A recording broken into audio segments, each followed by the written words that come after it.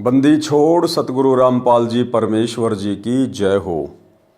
परम पिता परमात्मा सारी सृष्टि के रचनहार कुल मालिक असंख्य ब्रह्मांडों के स्वामी जगत गुरु तीनों लोकों में प्रवेश करके सबका भरण पोषण करने वाले राजाधिराज आत्माधार नाथों के नाथ देवों के देव महादेव सर्वेश्वर महेश्वर मृत्युंजय अजरो अमर आदि अनादि सनातनी प्रभु जगत पिता जगदीश्वर श्री श्री 1008 की उपाधि के वास्तविक अधिकारी अकाल मूर्त शब्द स्वरूपी राम वासुदेव सर्वगतम ब्रह्म परम पूज्य प्रथम पूज्य परम संत परम पुरुष परम धनी परम दयालु सत्य कबीर हक्का कबीर अल्लाहु अकबर बाखबर अल्लाह ताला जगत के तारणहार जगत के मुक्तिदाता जगत के जगन्नाथ हारे के सहारे हिंदुओं के राम मुसलमानों के अल्लाह सिखों के वाहिगुरु ईसाइयों के मसीह दया के सागर दयानिधि करुणा के सागर करुणानिधि स्वयंभू परिभू संकट मोचन कष्ट हरण मंगल करण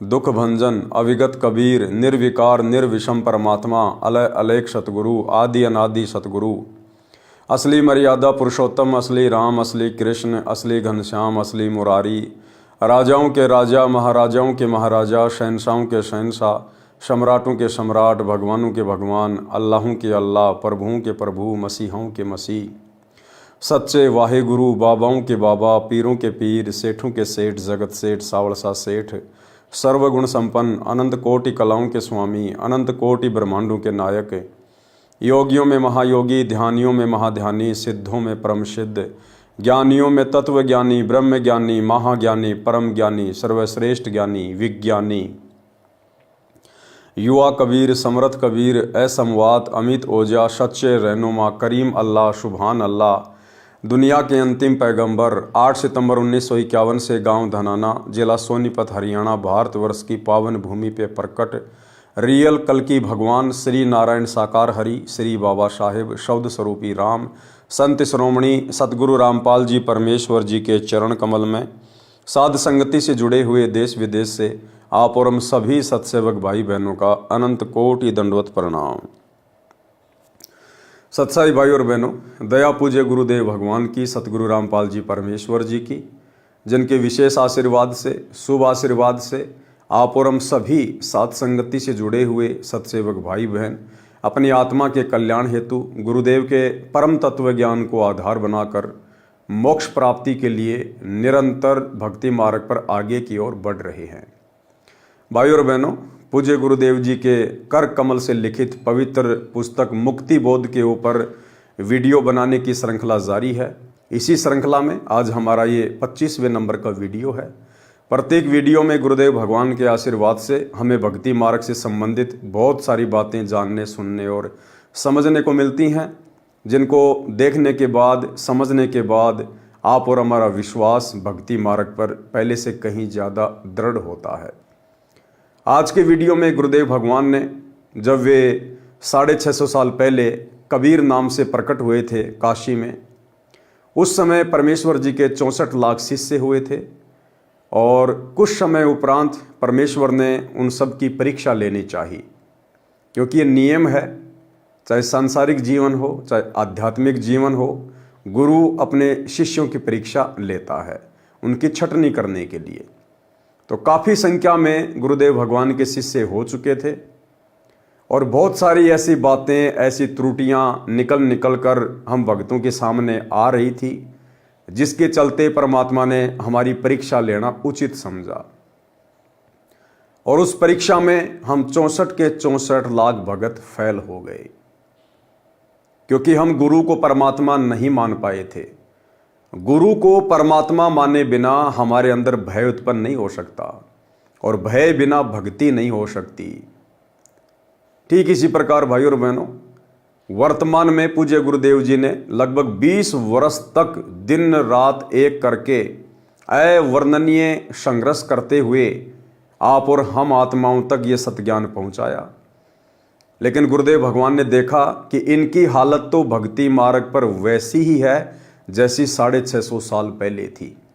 आ रहे हैं, खा रहे हैं, पी रहे हैं, वापस अपने घर जा रहे हैं, ये आज भी अपने गुरु को परमात्मा नहीं मान पा रहे हैं।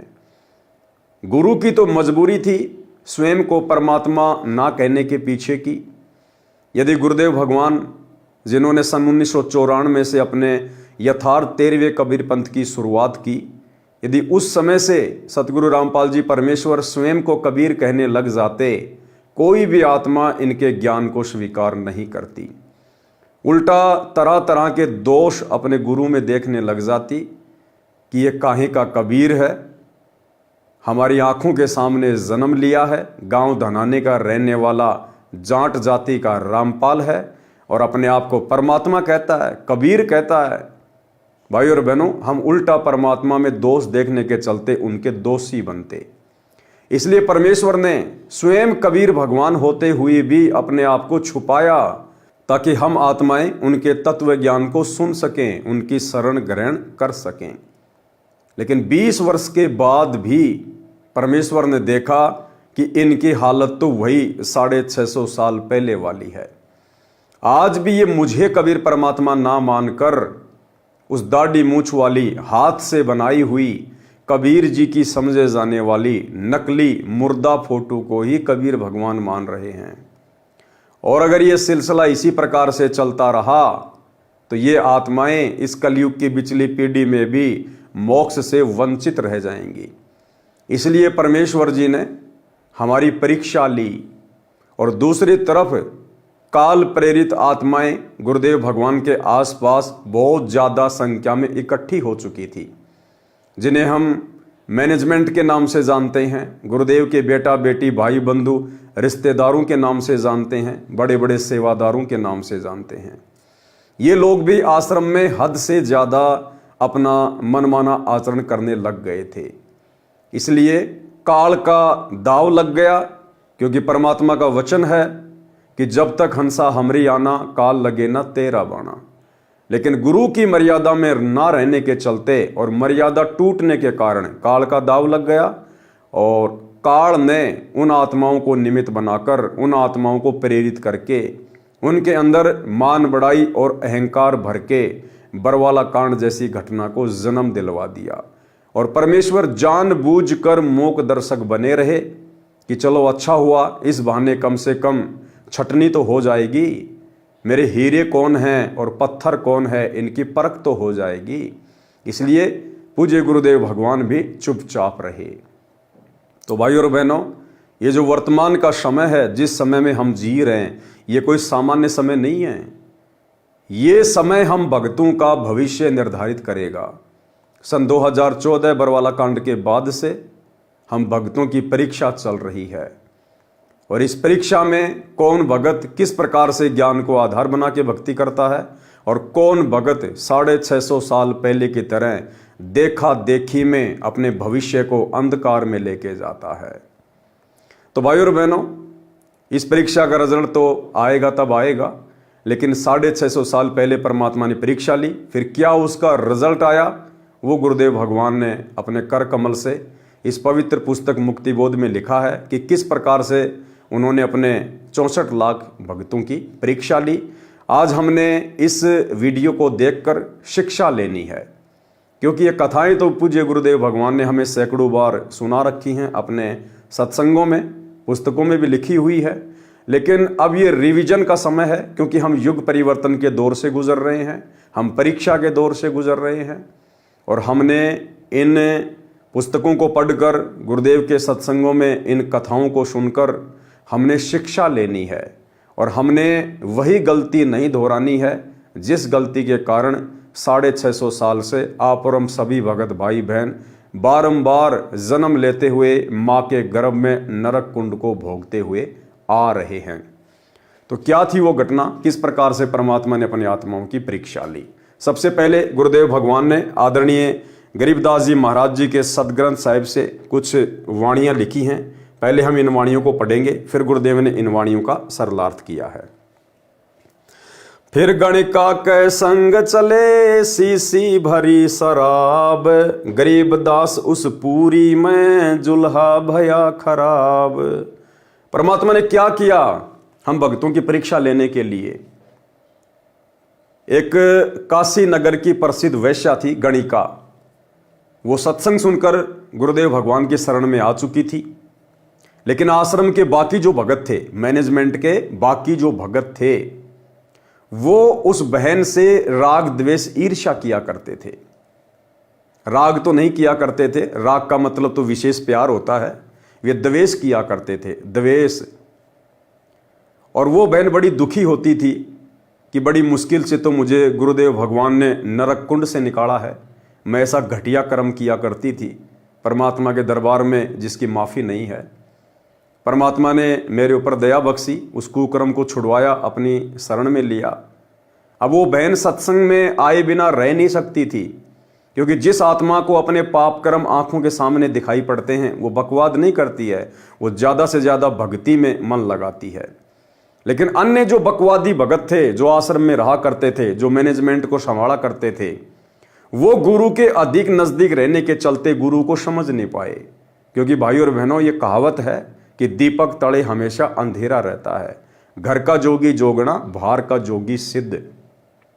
सैकड़ों हजारों किलोमीटर दूर बैठे हुए भाई बहन ज्ञान को आधार बनाकर इस भक्ति को समझ जाएंगे, गुरुदेव भगवान को समझ जाएंगे, लेकिन उनके चरणों में रहने वाले उनको नहीं जान पाएंगे, नहीं पहचान पाएंगे। तो पूरा का पूरा मैनेजमेंट धोखे में था, गुरु को केवल मानुष ही मानता था और अपना मन माना आचरण करता था, बार बार परमात्मा के समझाने के बाद भी। तो गणिका बहन ने रोते रोते परमात्मा से अर्ज की, प्रार्थना की कि परमेश्वर, अब मुझे धरती पर कहीं ठिकाना ही नहीं है।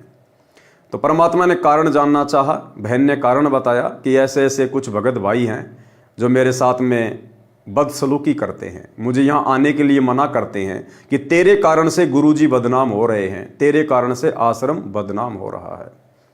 परमात्मा ने इशारों में, सत्संगों में सार्वजनिक तौर पर सभी को संकेत किया कि भाई कुष्ठी हो चाहे संत बंदगी कीजिए और हो वैश्या के विश्वास चरण चित दीजिए। अगर कोई भगत है, उपदेश ले लिया है या परमात्मा का सत्संग सुन रहा है, और यदि वो भयंकर बीमार है, उसको कोढ़ का रोग लगा हुआ है, कोढ़ से भयंकर रोग नहीं हो सकता, जिसमें पूरा शरीर बदबू मारता है, मक्खियां भिन भिनाती हैं, मवाद पड़ी होती है। परमात्मा ने कहा यदि कोई कोढ़ी है और वो परमात्मा चाहता है, सत्संग सुनता है, और चाहे कोई वैश्या भी क्यों ना हो, यदि वो उस कुकर्म को त्याग कर सत्संग में आ रही है, अपना आत्म कल्याण चाहती हैं, तो उनको भी विशेष सम्मान देना चाहिए, उनसे नफरत नहीं करनी चाहिए। उस गणिका को अपनी बहन की दृष्टि से देखना चाहिए, ना कि वैश्या की दृष्टि से। लेकिन भाइयों और बहनों, आप और हम गुरुदेव के संकेतों को नहीं समझ पाए, क्योंकि गुरुदेव के संकेतों को भी वही समझ सकता है जो गुरु को परमात्मा मानता है। शब्द सैन सतगुरु की पहचान है, पावे अटल सुहाग रे। नहीं माने, उसके बाद फिर परमात्मा ने एक दिन रविदास जी से हाथी किराए पर मंगवाया और उस गणिका बहन को, जो कि परमात्मा की बेटी बन चुकी थी, उपदेश ले चुकी थी, उसे कहा कि बेटी क्या तू मेरे साथ हाथी पर बैठेगी? उसने कहा कि परमात्मा, मैं आपकी बेटी हूं, जो आप आज्ञा दोगे दासी वही करेगी। तो उस बहन को परमात्मा ने सज धज कर आने के लिए कहा, सारे हार श्रृंगार करके आने के लिए कहा, और हाथी पर बैठा दिया। पीछे परमात्मा बैठ गए, आगे रविदास जी हाथी चलाने लग गए। और गुरुदेव भगवान ने गंगा जल एक बोतल में भर के और इस प्रकार से पीने की एक्टिंग की जैसे आम व्यक्ति देखे तो उसको लगे कि कबीर जी शराब पी रहे हैं। और परमेश्वर ने उस हाथी को, जो चौपड़ का बाजार था, काशी का सबसे व्यस्ततम बाजार था, उधर से निकाल दिया।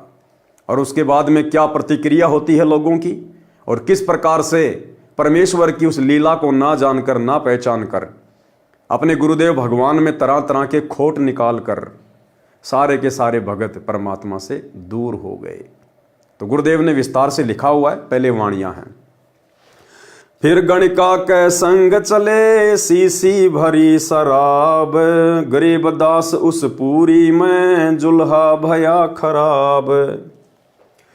तारी बाजी पूरी में भिष्ट जुले दी नीच, गरीबदास गणिका सजी दो संतों के बीच। वो गणिका बहन दोनों संतों के बीच में हाथी पर बैठ गई।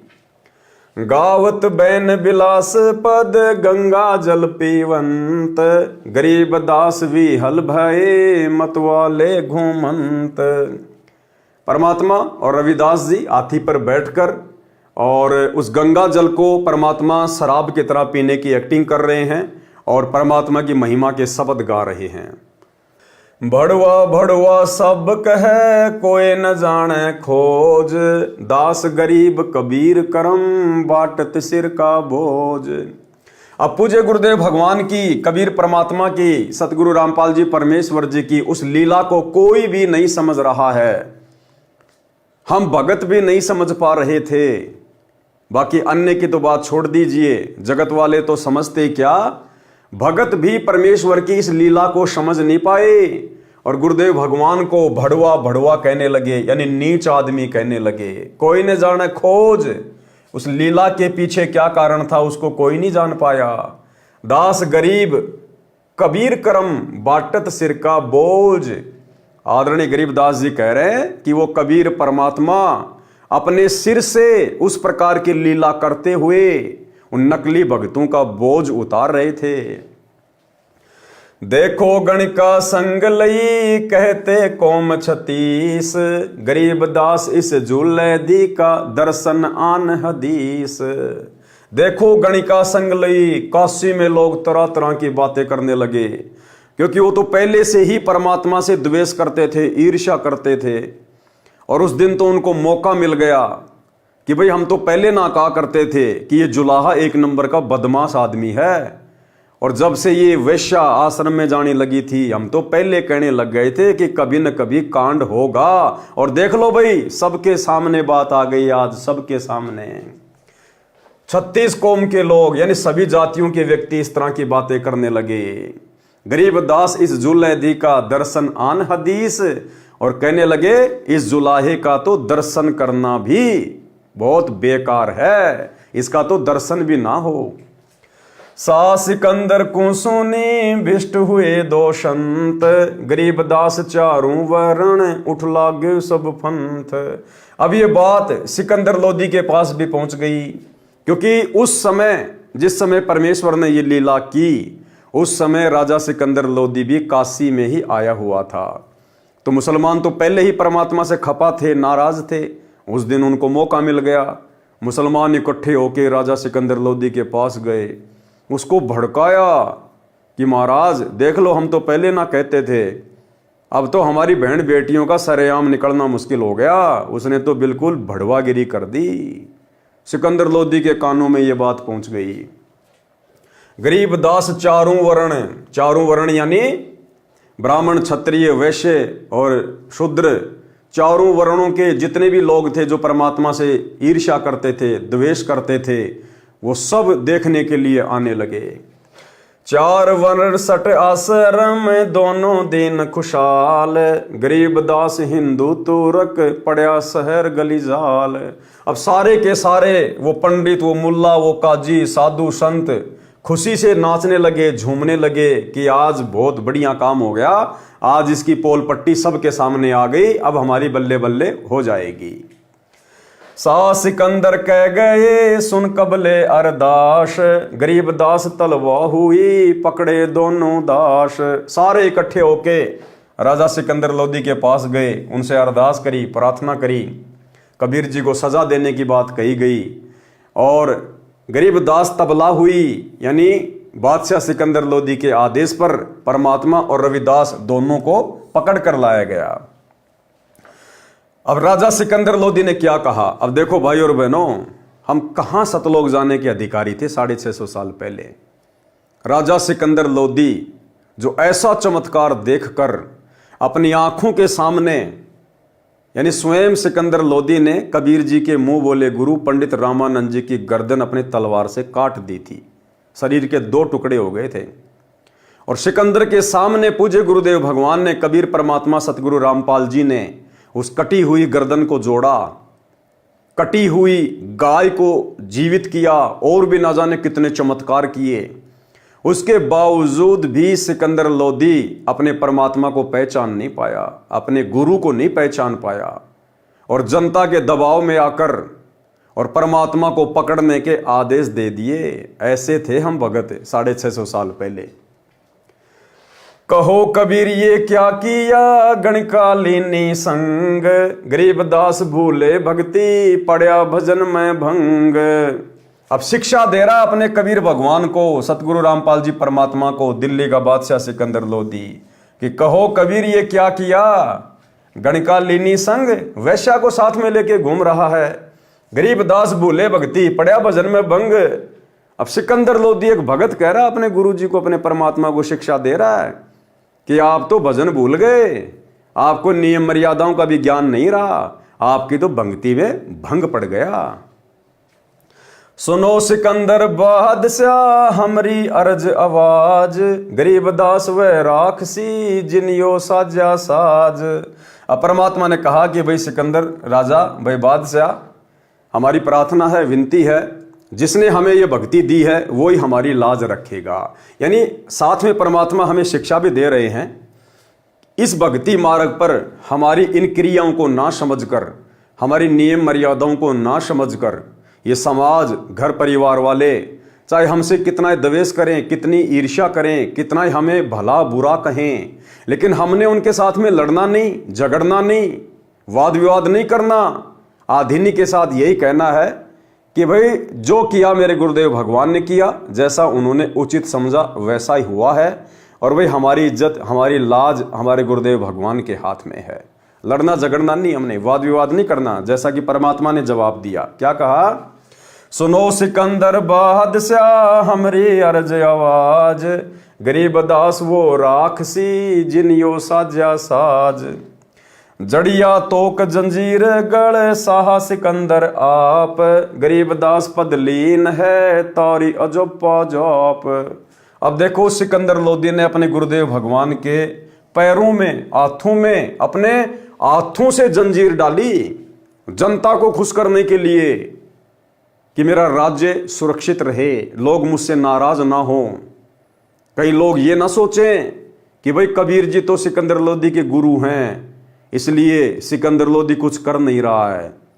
जनता में अपने नंबर बनाने के लिए और अपने भगवान के हाथों में खुद सिकंदर लोदी यानी वो भगत हथकड़ियां डाल रहा है। अब बताओ भाई और बहनों, फिर वर्तमान में कोई बहुत भयंकर दुखी, परेशान, कैंसर का रोगी, शरीर गड़ा हुआ है और सतगुरु रामपाल जी भगवान की शरण में आता है, रोता है, चीखता है, चिल्लाता है। अब मालिक तो दयालु है, नाम दे देंगे, भक्ति दे देंगे, लेकिन वो रोग इतना जल्दी नहीं कट रहा। फिर वो मन में तरह तरह के दोष पालेगा, मैंने ऐसा क्या कर दिया, इस भक्ति में क्या दम है, मेरा रोग नहीं कट रहा, इतने दिन हो गए, मैंने इतने पाठ करा दिए, इतनी ज्योतियां करा दी, मुझे कोई लाभ नहीं हो रहा। अब कौन समझाए उन भगत भाई बहनों को? ये सिकंदर लोदी जैसे कुकर्म हमने किए हुए हैं, क्या पता वही सिकंदर लोदी है जिसकी इतनी बुरी हालत है वर्तमान में। फिर भी शुक्र मना कि परमात्मा ने तुझे अपनी शरण में ले लिया, वरना अपने गुरुदेव भगवान के साथ में ऐसा कर्म करने वाला तो असंख्य जन्मों तक गधे, कुत्ते, सूअर की योनियां भोगता है। फिर भी परमात्मा ने मौका दे दिया, अपनी शरण में ले लिया। तो हम भगत भाई बहनों के ऊपर यदि भक्ति करते करते भी इस प्रकार की कोई आपत्ति आ रही है, तो भाई और बहनों, भक्ति और भगवान में दोष नहीं देखना, अपने अंदर दोष देखना है कि हम थे वो नीच 650 साल पहले काशी में जो अपने भगवान को भड़वा भड़वा कह रहे थे। राजा सिकंदर लोदी के कहने पर हम उनके साथ में दुर्व्यवहार कर रहे थे, हमने उनको पत्थरों से मारा था, गंगा जी में डुबोने का प्रयास किया था, उनके हाथों में हथकड़ियां पहनाई थी, तोप से मार रहे थे, गोलियां चला रहे थे, तीर चला रहे थे, हम ही थे वो, कोई और नहीं था। लेकिन दयालु परमात्मा ने हमारी तमाम गलतियों को माफ़ करते हुए हमें फिर से अपनी शरण में लिया। तो भाई और बहनों, ये रोग आप और हमारी बदसलूकियों के हैं, बदतमीजियों के हैं, तो ये धीरे धीरे कटेंगे मेरे भाई, धीरे धीरे ही।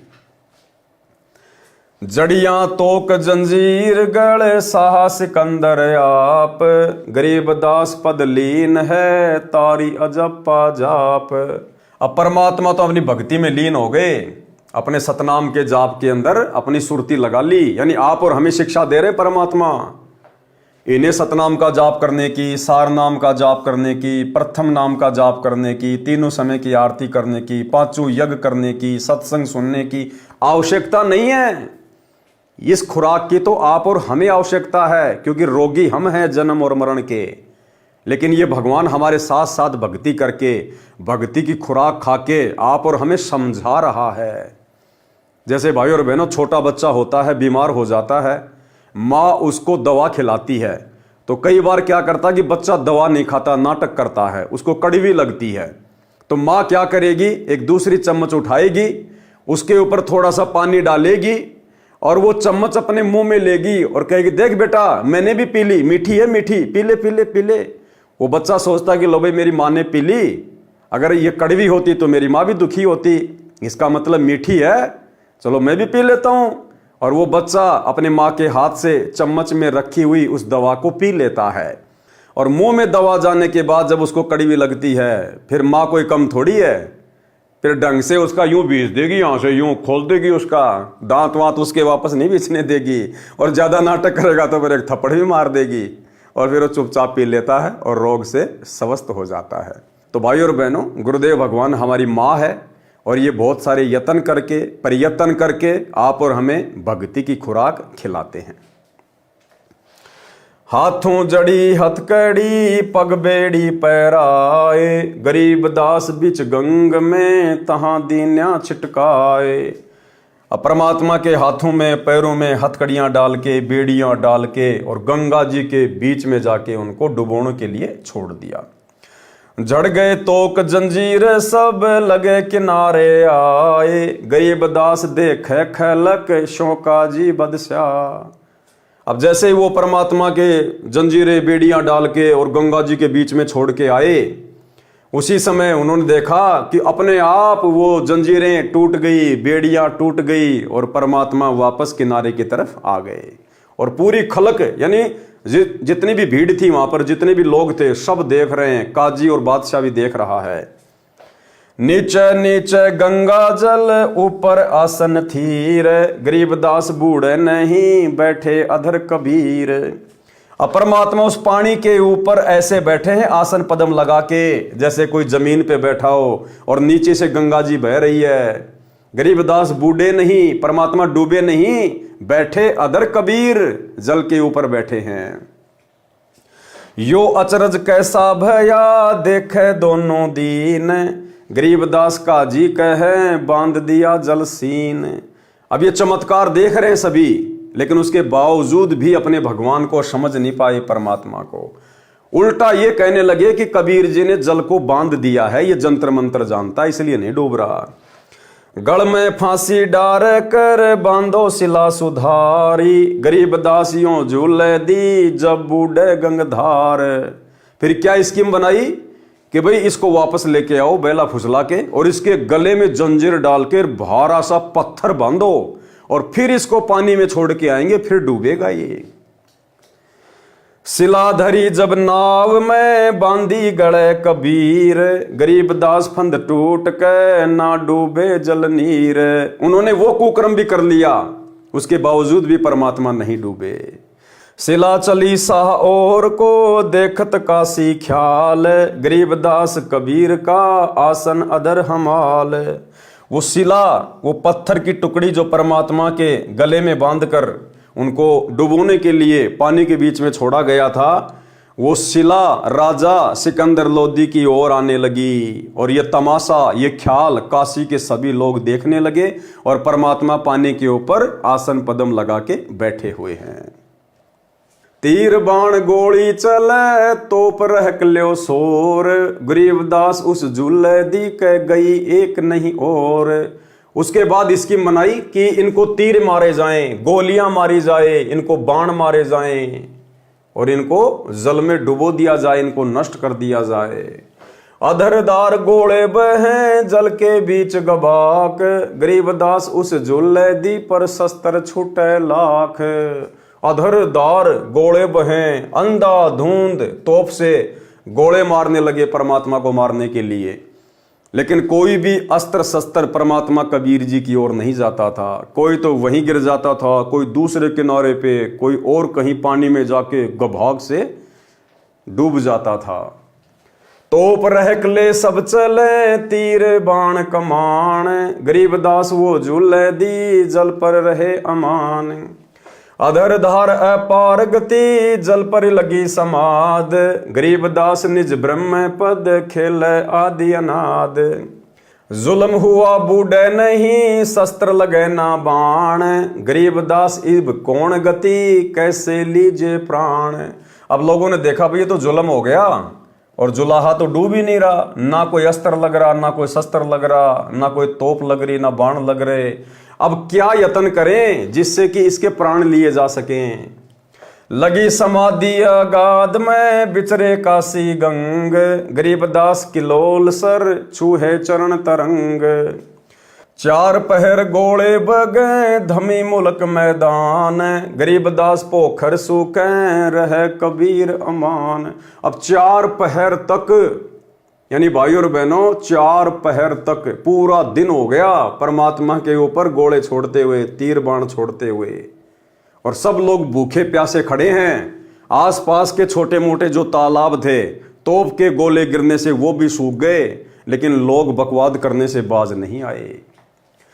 अपनी करनी सब करी, थाके दोनों दीन, गरीबदास अब झूले दी, बैठ गए जलमीन। अब परमात्मा ने देखा ये नालायक हैं तो मेरे ही बच्चे, लेकिन ये दुखी हो रहे हैं, परेशान हो रहे हैं, भूखे प्यासे मुझे मारने के लिए यहाँ खड़े हुए हैं। ये तो अपनी जो करनी है वो कर ही रहे हैं, अपने कर्म ये बिगाड़ रहे हैं इंदौर मुसलमान। परमात्मा को ही दया आई उनके ऊपर, उसके बावजूद भी परमात्मा ने उन पर रहम किया, दया करी कि ये नहीं जाने वाले, ये तो पूरी तरह से काल प्रेरित हैं। परमात्मा खुद ही अपनी सिद्धि शक्ति से जल के अंदर समा गए, चले गए। उसके बाद उन लोगों को असीम शांति हुई कि जूला मर गया, जूला डूब गया, नाचने लगे, खुशी मनाने लगे और वापस अपने घर को चल दिए। अपनी करनी सब करी, थाके दोनों दीन, गरीबदास अब झूले दी, बैठ गए जलमीन। डूब्या डूब्या सब कहें, हो गए गारत गोर, गरीबदास कबले धनी, तुम आगे क्या जोर। अब सब कहने लगी डूब गया जुलाहा, डूब गया जुलाहा, और सभी लोग बादशाह सिकंदर लोदी को कहने लगे गरीबदास कबले धनी, तुम आगे क्या जोर। कि है बादशाह सिकंदर लोदी, आपके आगे इस जुलाही की क्या औकात, डूब गया आखिर। आनंद मंगल होत है, बटे बधाई बेग, गरीबदास उस जुल्ले दी पर फिर गई रेती रेग। आपस में बधाइयां बांटने लगे, मिठाइयां बांटने लगे कि कट गया टंटा जुलाहे का, गंगा जी में डूब गया, अब ऊपर मिट्टी वगैरह से वो दब जाएगा। हस्ती घोड़े चढ़त हैं, पान मिठाई चीर, गरीबदास काशी खुशी, बूढ़े गंग कबीर। परमात्मा के जल में डूबने की खुशी में सब लोग मिठाइयां बांटने लगे, खुशी मनाने लगे। जाओ घर रैदास के, हिलकारे हजूर, गरीबदास खुशियां कहो, कईयो नहीं कसूर। अब वो कहने लगे कि रविदास जी के पास जाओ और कहो उसको कि तू जिसको अपना परमात्मा कहता था ना, वो डूब गया, गंगा जी में मर गया। झालर ढोलक बजत हैं, गावे शब्द कबीर, गरीबदास रैदास संग, दोनों एक ही तीर। अब उधर परमात्मा वहां से अंतर ध्यान हुए, उन लोगों के सामने तो पानी में डूब गए, और वहां से परमात्मा अंतर ध्यान हुए और गरीबदास जी के पास झोपड़ी में जाकर अपनी महिमा के शब्द गाने लगे। काजी पंडित सब गए, शाह सिकंदर उठ, गरीबदास रैदास के भेस गए जट जूट। कोठी कुठले सब झके, बासन टिंडर गोली, गरीबदास रैदास सुनो, कहाँ गए वह बोल। वे प्रगट पूर्ण पुरुष हैं, अविनाशी अलय अला, गरीबदास रैदास कहे, सुनो सिकंदर सा। अब किसी ने कहा जी वो तो रविदास जी के पास में झोपड़ी में बैठा हुआ है। जब वहां गए लोग रविदास जी को बताने के लिए कि तू जिसको परमात्मा परमात्मा कहता था वो तो गंगा में डूब गया, तो रविदास ने कहा कि कौन डूब गया? वो देखो वो बैठे परमात्मा शब्द गा रहे हैं, वो तो परमात्मा एक तारा लेके शब्द गा रहे। अब दौड़ के वापस गए, बोला वो तो नहीं डूबा, नहीं डूबा, रविदास के पास बैठा है। तो फिर उधर सिकंदर लोदी, शेख तकी, मुसलमान इकट्ठे होके फिर आए और परमात्मा को ढूंढने लगे। वहां पर उनके गुद्दड़ वगैरह, उनके बासन यानी वो मटके वगैरह, बर्तन वगैरह सब फैला दिए, कहाँ है कहाँ है। तो रविदास जी ने कहा कि भैया तुम नहीं समझ पाओगे, वो खुद पूर्ण परमात्मा धरती पे प्रकट हैं, आप उनकी लीला को समझो, अपने कर्म मत फोड़ो। वो कहीं भी जा सकते हैं, वो सब जगह हैं, सर्वव्यापी हैं, सर्वंग परमात्मा है। उसके बाद किसी ने कहा रे वो तो गंगा जी में बैठा है किनारे पे, गंगा जी पे बैठा है किनारे पे, फिर सारे गंगा जी की तरफ दौड़ लिए। वे प्रगट पूर्ण पुरुष हैं, अविनाशी अलय अला, गरीब दास रह दास कहे, सुनो सिकंदर सा। सूरजमुखी सुभान सर, खिले फूल गुलजार, गरीब दास का जी पंडित, करता शाह पुकार। शाह सिकंदर फिर गए उस गंगा के तीर, दास गरीब कबीर हरि बैठे ऊपर नीर। जब पता चला कि वे तो गंगा जी के किनारे बैठे हुए, डूबे नहीं हैं, तो सिकंदर लोदी, शेख तकीर, मुसलमान दौड़ के गए तो देखा वहां परमात्मा आसन पदम लगा के और जैसे कोई ध्यान लगाता है इस प्रकार से बैठे हुए हैं पानी के ऊपर। बैठ मला जिहाज में गए धार के बीच, गरीब दास हरि हरि करे, प्रेम फुहारे सींच। अब एक नाविक को, मलाह को नाव में बैठा कर परमात्मा के पास में भेजा गया कि उनको जाकर बैला फुसला के वापस लेके आओ, उनको फिर से डुबोएंगे। करी अरज मल्लाता हाँ, दीन दुनी बदशाह, गरीब दास आसन अधर, लगी समाधि जुलाहा। अब उस नाविक ने जाके परमात्मा से प्रार्थना की कि मालिक मैं तो नौकर हूं, बादशाह का आदेश है, आपको बुलाया गया है। भंवर फिरत है गंग जल, फूल उगाने कोटि, गरीब दास तहां बंदगी, हरिजन हरि की ओटी। साकड़ सीढ़ी लाए कर, उतरे तहां मला, गरीब दास हम बंदगी, याद किए बदशाह। अब उस मला ने कहा कि परमात्मा आपको बादशाह ने याद किया है। बैठ कबीर जहाज में आए गंगा घाट, गरीब दास का सीथ की, हांडे बो विधि बाट। परमात्मा आए उसके साथ में बैठकर, खूनी हाथी मस्त है, पग बंधे जंजीर, गरीब दास जहां डारिया, मशक बांध कबीर। अब उस सिकंदर लोदी ने, आप और हमारे जैसे उस नालायक भगत ने फिर से जनता के दबाव में आकर अपने नंबर बनाने के लिए अपने गुरु को, अपने कबीर देव भगवान को फिर से जंजीरों से बांध दिया और अब की बार परमात्मा को दिल्ली लेकर गए। शेख तकी ने कहा कि इसको दिल्ली लेकर चलो और वहां इसको खूनी हाथी से कुचलवाएंगे। खूनी हाथी मस्त है, पग बंधे जंजीर, गरीब दास जहां डारिया, मशक बांध कबीर। सिंह रूप साहिब धर्या, भागे उल्टे फील, गरीब दास नहीं समझती, या दुनिया खलील।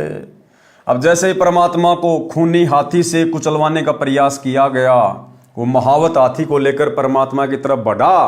फील मानी हाथी, भागे उल्टे फील। अब परमात्मा ने उस समय हाथी को सिंह रूप दिखा दिया। अब हाथी की तो सारी शराब उतर गई, सारा नशा उतर गया और हाथी उल्टे पैर भागने लगा, चिंगाड़ मार मार के। परमात्मा कहते हैं उसके बाद भी ये दुनिया नहीं समझती है, इतनी काल प्रेरित है। बड़े केहरी सिंह जित, चोर शिखर असमान, गरीब दास हस्ती लख्या, दिखे नहीं जिहान। कूटे शीस महावतम, अंकुश शीर गरगाप, गरीब दास उल्टा भागे, तारी दीजे थाप। बाले को खो मारिए, चरकी छूटे पाख, गरीब दास नहीं निकट जाए, किलकी देवे लाख। अब वो महावत कोशिश कर रहा है कि हाथी वापस क्यों दौड़ रहा है, तो हाथी की कोख में भाले मार रहा है, उसको परेशान कर रहा है, क्योंकि महावत को डर बैठ गया कि अब तेरी नौकरी जाएगी, राजा तेरे को सजा देगा।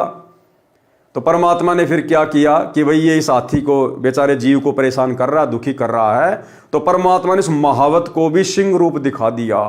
अब जैसे ही वो सिंह रूप दिखाई दिया और ऐसे लगा कि बस छलांग मार के तुझे खाने वाला है। अब वो महावत तो हाथी से नीचे कूद के हाथी से भी पहले दौड़ लिया। भाले को खो मारिए चरकी छूटे पाख, गरीबदास नहीं निकट जाए किल की देवे लाख। जैसी भक्ति कबीर की ऐसी करे ना कोई, गरीबदास कुंजर थके उल्टे भागे रोए। अब देखो हमें क्या समझाना चाह रहे हैं गुरुदेव भगवान, हमें परमात्मा समझाना चाह रहे हैं कि भैया जैसी भक्ति कबीर की ऐसी करे न कोई, गरीबदास कुंजर थके उल्टे भागे रोए। कि जिस प्रकार से एक भगत की भूमिका करते हुए कबीर परमात्मा ने भक्ति की, पूरी तरह से मर्यादा निभाई, परमात्मा पर आश्रित रहे, कोई आन उपासना नहीं की, अपने गुरु के अलावा किसी और में परमात्मा नहीं देखा। अगर उस प्रकार से यदि कोई भक्ति करेगा तो जिस प्रकार परमात्मा ने इस प्रकार दृढ़ होकर भक्ति करी, तो कहते हैं वो हाथी भी थक गया, दुनिया भी थक गई, गोले तोप तीर कमान हर प्रकार से राजा ने मारने का प्रयास कर लिया, हाथी से मरवाने का प्रयास किया गया, लेकिन भगत का बाण भी बाका नहीं हुआ। तो गुरुदेव हमें शिक्षा दे रहे हैं कि वर्तमान में आप लोगों ने इसी प्रकार से अपने गुरु को परमात्मा मानकर उनके ऊपर दृढ़ विश्वास करके और पूर्णतया मर्यादा में रह के भक्ति करनी है। फिर तुम्हारे ऊपर चाहे पूरे जहान की समस्याएं क्यों ना टूट पड़े, परमात्मा ऐसे मर्यादित सत दृढ़ भगत का बाण भी बाका नहीं होने देगा, आगे खड़ा मिलेगा परमात्मा।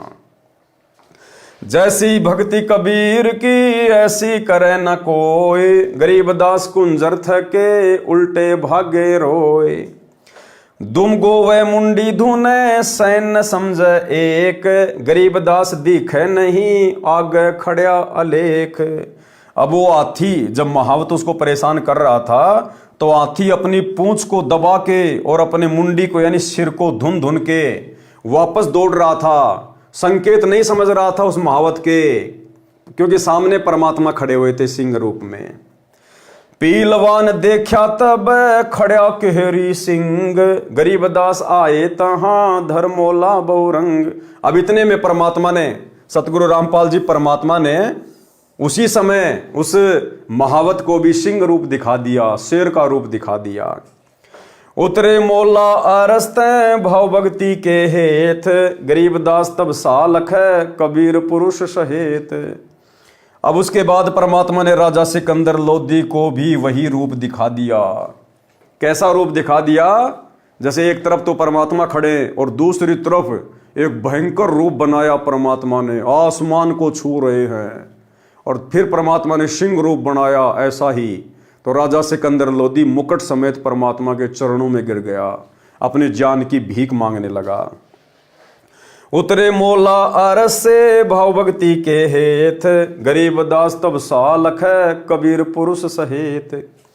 लीला की कबीर ने दो रूप रहे दीस। अब परमात्मा ने लीला की, अपने दो रूप दिखा दिए। क्या? दो रूप। एक तो जिस रूप में परमात्मा 650 साल पहले आए थे वही रूप दिखा दिया, और दूसरा एक अन्य रूप दिखा दिया, क्योंकि उस कबीर वाले रूप को तो कोई परमात्मा मान ही नहीं रहा था उस समय, इसलिए परमात्मा ने एक दूसरा रूप और दिखा दिया। तो सिकंदर लोधी ने देखा भाई ये है अल्लाह, ये है परमात्मा। जम भाई अंगड़ाइयां लंबे भय दयाल, गरीबदास उत्साह को मानो दर्शा काल। जम भाइयां अंगड़ाइयां, अब परमात्मा ने ऐसे जैसे मतलब जम भाई लेते ना यूं, ऐसे परमात्मा ने किया और इतना लंबा रूप आसमान को छू रहा है। सिकंदर लोधी हक्का बक्का हो गया देख के। जम भाई अंगड़ाइयां लंबे भय दयाल, गरीबदास उत्साह को मानो दर्शा काल। राजा सिकंदर लोधी को ऐसा लगा जैसे ये काल है और तुझे अभी खाने वाला है, डर गया पूरी तरह से।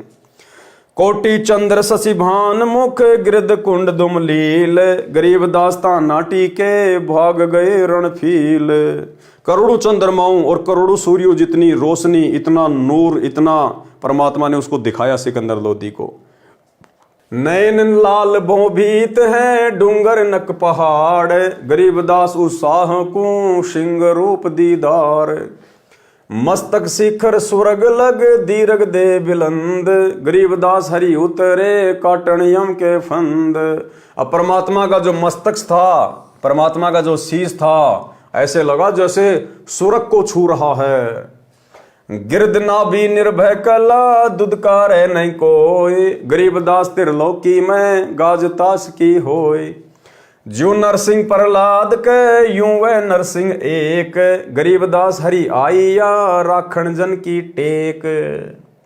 बार बार सताए कर मस्तक लेन्या भार, यानी गुरुदेव भगवान कह रहे हैं कि बार बार अपने परमात्मा को दुखी करके और अपने सिर के ऊपर पाप का बोझ रख लिया। बार बार सताए कर मस्तक लेन्या भार, गरीबदास सायों कहें बख्शो इब की बार। और ये स्थिति भाई और बहनों वर्तमान में गुरुदेव भगवान के साथ में हो रही है, अपने भक्तों के द्वारा। उस समय भी अपने भक्तों के द्वारा ही परमात्मा ज्यादा दुखी किए जाते थे, और वर्तमान में भी अपने भक्तों के द्वारा परमात्मा दुखी किए जा रहे हैं। हिसार जेल से आने वाली ऑडियो में परमात्मा कितने दुखी होकर कहते हैं कि बच्चों सुधर जाओ, मान जाओ, एक एक की नहीं सुनी जाती है। यानी हिसार जेल में गुरुदेव भगवान के पास में सतलोक आश्रम मैनेजमेंट हरियाणा से जुड़े हुए भाई बहनों की इतनी प्रार्थनाएं जाती हैं, इतनी शिकायतें जाती हैं, राग द्वेष ईर्ष्या लड़ाई झगड़े। परमात्मा कहते हैं बच्चों सुधर जाओ, मान जाओ, एक एक की नहीं सुनी जाती, एक एक की नहीं सुनी जाती है। अर्थात सत्संगों को आधार बनाओ, ज्ञान को आधार बनाओ, अपने परमात्मा को ज्यादा दुखी ना करो। छोटी सी ऑडियो। तो जैसे दास बता रहा था कि सार नाम लेकर एक ऐसी बुरी मौत मरा, एक्सीडेंट हो गया, गाड़ी ले रहा था। अब मैं देखता हूँ जैसे ये बकवाद करी है 11/7 को, ये सार नाम प्राप्त न करी है, ये बकवास उसने की है। अब वो कुत्ते वाली मौत नहीं मरेगा तो और क्या करेंगे ये बताओ। सार नाम ले लिया, कोई परमानेंट टिकट होगी तब उसका कुछ भी ना होगा, बकवाद वैसे करता रहो। भाड़ में जाओ इसे सस और ऐसे कोऑर्डिनेटर तो अपनी बकवास करके, भाड़ में जाओ इसे सस और ऐसे कोऑर्डिनेटर तो अपनी बकवास करके, भाड़ में जाओ इसे सस और ऐसे कोऑर्डिनेटर तो अपनी बकवास करके कर्म बना लो, बकवास छोड़ कर। ये बार बार कहने की बात नहीं है, मुश्किल से मानो शरीर मिला, इसमें तुम वो चौधर में खो दियो और नष्ट करके चले जाइए इस जीवन को।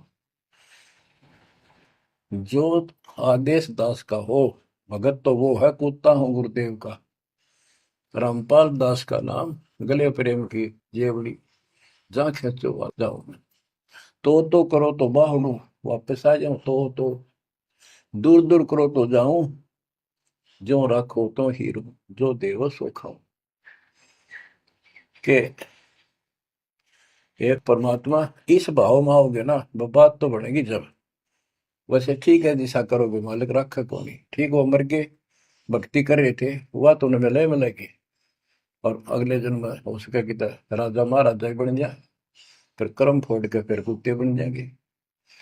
तो ऐसे अधीन होना पड़ेगा। आपको जो निर्देश मिले भैया सेवा छोड़ दे, तुरंत त्याग दे, हाथ जोड़ के खुश होकर, मुंह बढ़ावा नहीं कि तो देखा है कोऑर्डिनेटर हटा दिया, मैं इतने दिन से सेवा कर रहा था, मैं ये कर रहा था है, वैसे उन दिनों में किया मैंने, जो दुख के दिन थे आज में हटा दिया।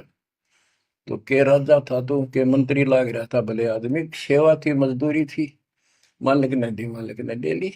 खुश होना चाहिए हाथ जोड़ के, भाई फेर दियो चांस गुरु जी ने कहियो, फिर मौका दे, कोई गलती हो तो सुधारूंगा सुधारूंगी। ये तो साधु के लक्षण।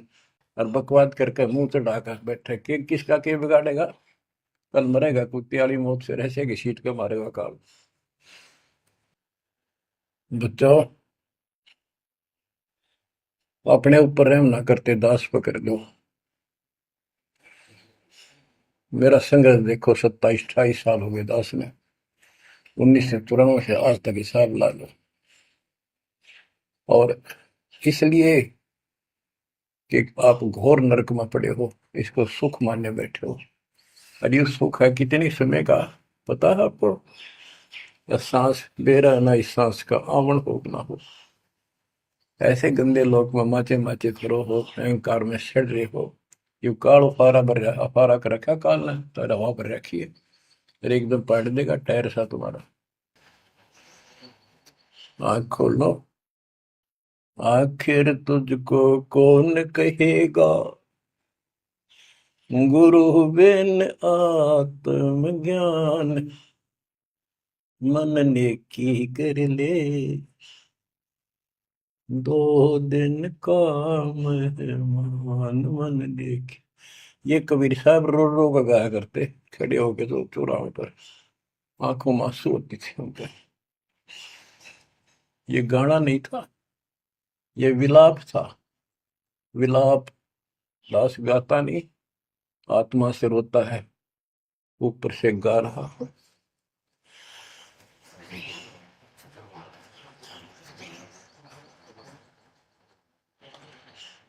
120 साल आपके बाप, आपके पिता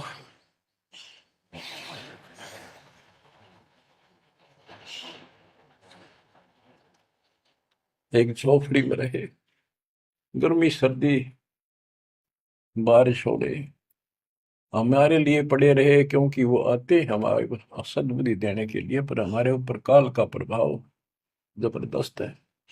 उस काल के प्रेशर को इस आत्मा के ज्ञानता को हटाने के लिए ये सत्संग माध्यम है। भक्ति खूब कर ली, मर्यादा भंग होती रही तो खाक भक्ति साथ पंचर हो रहा है, हवा भरे जाओ उधर से फुर होती रहेगी। पहले मर्यादित हो जाओ, पंचर ला लो सारे, और फिर अपनी थोड़ी हवा आराम से भरो और देखना सारा काम ठीक हो जाएगा। बच्चों, आखिर तुझको कौन कहेगा गुरु बिना तो ज्ञान। तो भाई और बहनों, स्थिति आज भी परमात्मा के सामने वैसी की वैसी है। ये तो दया करी गुरुदेव भगवान ने, ये समय परमात्मा ने मोक्ष का निर्धारित किया हुआ है। परमेश्वर ने अपनी कुछ आत्माओं को सतलोक के लिए तैयार करना था, इसलिए परमेश्वर ने अपने लाखों की संगत में से 2014 बरवाला कांड के बाद छटनी करते हुए और अपनी विशेष आत्माओं को सात संगति से जोड़ दिया है। हम भाई बहन अपने परमात्मा से इसार जेल में कोई प्रार्थना नहीं लगाते हैं, ना किसी ने लगाई है। हम भक्ति करते हैं और केवल भक्ति की प्रार्थना अपने गुरुदेव से अपने घर पे करते हैं। बाकी हर चीज के लिए परमात्मा ने सत्संगों में हमें भली भांति समझा रखा है। बार बार सताए कर मस्तक लेना भार, गरीब दासायों कहें बख्शो इब की बार। अब सिकंदर लोधी बोला, हे भगवान मुझे अब की बार माफ कर दो, दोबारा ऐसी गलती नहीं करूंगा। तहां सिंह ल्यो लीन हुआ परचा इब की बार, गरीब दासायों कहें अल्लाह दिया दीदार। सुन काशी के पंडितों काजी मुल्ला पीर, गरीबदास इसके चरण ल्यो अले अले कबीर। अब राजा सिकंदर लोधी उन मुल्ला काजियों को और पंडितों को कहने लगे, भैया क्यों मुझे मरवाते हो बार बार, ये तो अल्लाह है, परमात्मा है, इनके चरण लो। लेकिन वो कैसे चरण ले, क्योंकि वो रूप तो केवल सिकंदर लोधी को दिखाई दे रहा था, बाकी लोगों को नहीं दिखाई दे रहा था। बाकी लोग तो यही सोच रहे थे कि भाई ये तो काफिर के चक्कर में आ गया, इस कबीर के चक्कर में आ गया बादशाह। उल्टा लोग, वो काजी मुल्ला पंडित राजा सिकंदर लोधी से नाराज होके चले गए, भाग गए। यो कबीर अल्लाह है उतरे काशी धाम, गरीबदास शाह कहें जगर मुए बेकाम। अब सिकंदर लोधी ने कहा कि भैया तो खुद अल्लाह आए हुए हैं, परमात्मा हमारे काशी में, और हम तो फालतू में इनके साथ में लड़ाई झगड़ा करके अपना काम बिगाड़ रहे हैं। काजी पंडित रूठियां हम त्याग्या यो देश, गरीबदास सट दल कह जादू सिहर हमेश। अब वो काजी मुल्ला राजा सिकंदर लोधी से नाराज होके कहने लगे कि हम तेरे शहर को छोड़कर कहीं और जाएंगे, तू तो इसका पक्का चेला बन गया, तेरे ऊपर तो इसका जादू छा गया। इन जादू जंतर किया हस्ती दिया भगाए, कि इस कबीर ने तो जादू जंतर करके हाथी को भगा दिया। गरीबदास इतना रहे हैं काशी बिडरी जाए। सारे लोग नाराज हो गए सिकंदर से। काशी बिडरी चहो दिशा थाम्बन हारा एक, गरीबदास कैसे थमे बिडरे बहुत अनेक। क्यों बिडरी गडरी दूनी कथा कबीर समूल, गरीबदास उस वृक्ष के अनंत कोटि रंग फूल। बिडरे भेष विवेक तज छोड़ गए सब सोंज, गरीबदास दिल्ली आगरे कोई दर गए सी रोज। कोई अयोध्या को चले कोई वृंदावन सेव, गरीबदास सुरती तकी कोई रामेश्वर देव। पारक के अंक की वाणी नंबर 726 से 792 का सरलार्थ है। शिष्यों की परीक्षा। बंदी छोड़ कबीर परमेश्वर जी द्वारा अनेकों अनहोनी लीलाएं करने से प्रभावित होकर 64 लाख शिष्य बने थे। परमेश्वर तो भूत भविष्य तथा वर्तमान की सब जानते हैं। उनको पता था कि ये सब चमत्कार देखकर तथा इनको मेरे आशीर्वाद से हुए भौतिक लाभों के कारण मेरी जय जयकार कर रहे हैं। गुरुदेव सतगुरु रामपाल जी परमेश्वर जी को भी पता था 2014 बरवाला कांड से पहले कि ये जितने भी लोग आ रहे हैं, जो मेरे साथ में मुख्य लोग रहते हैं, मेरा परिवार है, मेरे रिश्तेदार हैं, ये कोऑर्डिनेटर हैं, ये केवल इनको प्राप्त लाभ के आधार पर मेरी जय जयकार कर रहे हैं। ये ज्ञान को आधार बनाकर मुझे परमात्मा मानकर जय जयकार नहीं कर रहे। ये मुझे परमात्मा समझकर मेरे साथ में नहीं जुड़े हुए हैं। ये अपने आत्म कल्याण की दृष्टि से नहीं जुड़े हुए हैं। इनको सौ लाभ दिए हैं इस भक्ति पर लगाने के कारण। केवल उन फायदों को देखकर ये मेरी जय जयकार कर रहे हैं और मेरे से जुड़े हुए हैं। ये ज्ञान आधार से बिल्कुल भी नहीं है। इनको मेरे आशीर्वाद से हुए भौतिक लाभों के कारण मेरी जय जयकार कर रहे हैं। इनको मुझ पर विश्वास नहीं है कि मैं परमात्मा हूं।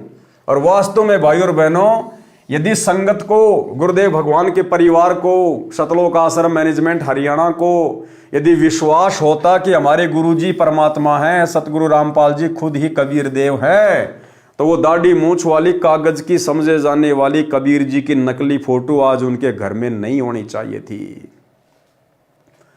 इनको मुझ पर विश्वास नहीं है कि मैं परमात्मा हूं, परंतु देखा देखी कहते अवश्य हैं कि कबीर जी हमारे सदगुरु जी तो स्वयं परमात्मा आए हैं। ठीक इसी प्रकार सत्सेवक भाई बहनों को छोड़कर आज 90% सतलोक आश्रमों से जुड़ी हुई संगत का भी यही हाल है। अपने गुरु जी को तो कहते हैं परमात्मा परमात्मा, लेकिन परमात्मा मानते नहीं हैं। सिर्फ जुबान से अपने गुरु को भगवान कहते हैं, परमात्मा कहते हैं। और जब जून का महीना आता है तो उस दाढ़ी मूंछ वाली कबीर जी की समझे जाने वाली नकली मुर्दा फोटो का कबीर प्रकट दिवस मनाकर ये साबित कर देते हैं कि आज इस कलयुग की बिचली पीढ़ी में और 30 वर्ष से इतना ज्ञान देने के बाद भी हम केवल अपने गुरु जी को मानुष ही मानते हैं। और भगवान तो हम उस दाढ़ी मूंछ वाली कबीर जी की मुर्दा फोटो को ही मानते हैं। इनको मुझ पर विश्वास नहीं है कि मैं परमात्मा हूं, परंतु देखा देखी कहते अवश्य हैं कि कबीर जी हमारे सदगुरु जी तो स्वयं परमात्मा आए हैं। अपने लाभ भी बताते हैं, जैसे आजकल भाई बहन कितने इंटरव्यू दे रहे हैं और लास्ट में कहते हैं सतगुरु रामपाल जी खुद ही परमात्मा आए हैं, इनकी शरण में आ जाओ। लेकिन मानता कोई नहीं कि सतगुरु रामपाल जी परमात्मा है। एक दिन परमेश्वर कबीर जी ने शिष्यों की परीक्षा लेनी चाहिए कि देखूं तो कितने ज्ञान को समझे हैं। ठीक इसी प्रकार सतगुरु रामपाल जी परमेश्वर जी ने सन 2014 बरवाला कांड से पहले देखा देखी में चल रही संगत को देखने के लिए, उनकी परख करने के लिए कि देखो तो सही कितने मेरे भगत हैं, कितने भक्ति पे दृढ़ हैं, कितने ज्ञान को आधार बनाकर गुरु को भगवान मानकर भक्ति कर रहे हैं। देखूं तो कितने ज्ञान को समझे हैं। यदि इनको विश्वास ही नहीं है तो ये मोक्ष के अधिकारी नहीं हैं। यदि इनको विश्वास नहीं है कि हमारे गुरुजी खुद ही परमात्मा हैं, कबीर जी हैं, और अपने गुरु को कबीर समझकर जब तक कबीर जैसा हम उनके साथ व्यवहार नहीं करेंगे तो वही हम मोक्ष के अधिकारी नहीं हैं। यदि इनको विश्वास ही नहीं है तो ये मोक्ष के अधिकारी नहीं हैं। ये तो मेरे सिर पर व्यर्थ का भार है। इसलिए गुरुदेव भगवान ने बरवाला कांड 2014 में काल के षड्यंत्र को किसी भी प्रकार से नहीं रोका और उस घटना को घटने दिया कि छटनी हो जाएगी। जो मेरा होगा वो अपने ज्ञान का परिचय दे देगा और जो काल का होगा वो काल को ही पूजता रहेगा और मुझे भी अपना गुरु धारण किए रहेगा। यदि इनको विश्वास ही नहीं है तो ये मोक्ष के अधिकारी नहीं है। ये तो मेरे सिर पर व्यर्थ का भार है, यानी फालतू का बोझ है। ये विचार करके एक योजना बनाई। अपने परम शिष्य रविदास से कहा कि एक हाथी किराए पर लाओ। काशी नगर में एक सुंदर वेश्या थी। उसके मकान से थोड़ी दूरी पर किसी कबीर जी के भगत का मकान था। कबीर जी उसके आंगन में रात्रि के समय सत्संग कर रहे थे। उस दिन उस वेश्या के पास भी ग्राहक नहीं थे। सत्संग के वचन सुनने के लिए वह अपने मकान की छत पर कुर्सी लेकर बैठ गई। पूरी रात्रि सत्संग सुना और उठकर सत्संग स्थल पर गई तथा परमात्मा कबीर जी को अपना परिचय दिया तथा कहा कि गुरुजी, क्या मेरे जैसी पापणी का भी उद्धार हो सकता है? मैंने अपने जीवन में प्रथम बार आत्म कल्याण की बातें सुनी है। अब मेरे पास दो ही विकल्प है कि या तो मेरा कल्याण हो या मैं आत्महत्या करके पापों का प्रायश्चित करूं। इसको कहते हैं भाई और बहनों, ज्ञान और घाम का चमका होना। यानी जिसको ये मार्ग समझ में आना होता है एक झटके में आ जाता है, अन्यथा वो चिकने घड़े हो जाते हैं, कितना ही समझा लो। वो बहन परमात्मा की युगों युगों की साध्वी थी, उनकी आत्मा थी। एक ही रात में झटका लग गया, अपने पाप कर्मों से गलानी होने लग गई और परमात्मा से जाके उपदेश ले लिया। अब मेरे पास में दो ही विकल्प हैं कि या तो मेरा आत्म कल्याण हो या मैं आत्महत्या करके पापों का प्रायश्चित करूं। परमात्मा कबीर जी ने कहा, बेटी आत्महत्या करना महापाप है। भक्ति करने से सभी पाप परमात्मा नष्ट कर देता है। आप मेरे से उपदेश लेकर साधना करो और भविष्य में पापों से बचकर रहना। उस बहन ने प्रतिज्ञा की और परमात्मा कबीर जी से दीक्षा लेकर भक्ति करने लगी तथा जहां भी प्रभु कबीर जी सत्संग करते वहीं सत्संग सुनने जाने लगी, जिस कारण से कबीर जी के भक्तों को उसका सत्संग में आना अच्छा नहीं लगता था। वे उस लड़की को कहते थे कि तेरे कारण गुरुजी की बदनामी होती है, तू सत्संग में मत आया कर। यानी वो आश्रम का जो मैनेजमेंट था 650 साल पहले, वो गुरुजी की इज्जत का ठेकेदार बन गया। तू सबसे आगे गुरुजी के पास बैठती है, वहां ना बैठा कर। लड़की ने ये बातें गुरु कबीर जी को बताई और फूट फूट कर रोने लगी। परमेश्वर कबीर जी ने कहा कि बेटी आप सत्संग में आया करो। कबीर जी ने सत्संग वचनों द्वारा स्पष्ट किया कि मैला कपड़ा साबुन और पानी से दूर रहकर निर्मल कैसे हो सकता है। इसी प्रकार पापी व्यक्ति सत्संग से तथा गुरु से दूर रहकर आत्म कल्याण कैसे करा सकता है। भगत वैश्या तथा रोगी से नफरत नहीं करें, सम्मान करते हैं, उनको ज्ञान चर्चा द्वारा मोक्ष प्राप्ति की प्रेरणा करते हैं।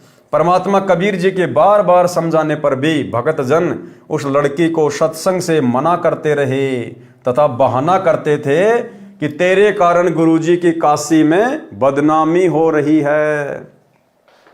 काशी के व्यक्ति हमें बार बार कहते हैं कि तुम्हारे गुरुजी के पास वैश्या भी जाती है, वो काहे का गुरु है। एक दिन कबीर परमेश्वर जी ने उस लड़की से कहा कि बेटी आप मेरे साथ हाथी पर बैठकर चलोगी। लड़के ने कहा, जो आज्ञा गुरुदेव। अगले दिन सुबह लगभग 10 बजे हाथी के ऊपर तीनों सवार होकर काशी नगर के मुख्य बाजार में से गुजरने लगे। संत रविदास जी हाथी को चला रहे थे, लड़की रविदास जी के पीछे, कबीर जी के आगे, यानी दोनों के बीच में बैठी थी। कबीर जी ने एक बोतल में गंगा का पानी भर लिया, उस बोतल को मुख से लगाकर घूंट घूंट कर पी रहे थे। लोगों को लगा कि कबीर जी शराब पी रहे हैं। शराब के नशे में वैश्या को सरेआम बाजार में लिए घूम रहे हैं। काशी के व्यक्ति एक दूसरे को बता रहे हैं कि देखो बड़े बड़े उपदेश दिया करता कबीर जुलाहा, आज इसकी पोल पट्टी खुल गई है। ये लोग सत्संग के बहाने ऐसे कर्म करते हैं। काशी के व्यक्ति कबीर जी के शिष्यों को पकड़ पकड़ कर लाकर दिखा रहे थे कि देख तुम्हारे परमात्मा की करतूत, शराब पी रहे हैं, वैश्या को लिए सरेआम घूम रहा है। ये लीला देखकर वे 64 लाख नकली शिष्य कबीर जी को त्याग कर चले गए। और यही हाल भाई और बहनों सन 2014 बरवाला कांड की परीक्षा में लगभग आधी संगत, यानी जिस समय बरवाला कांड हुआ 2014 में लगभग 14 से 15 लाख भगत थे गुरुदेव के। उनमें से आधे भगत तो उसी समय फेल हो गए थे। उसी समय बड़े बड़े कोऑर्डिनेटर जो आज संगत में ठेकेदार बन के घूम रहे हैं, अपने आप को बहुत बड़े बड़े भगत साबित किए हुए हैं। इस दास ने आंखों देखा है, कानों से सुना है, जो आज कोऑर्डिनेटर बन के बैठे हैं।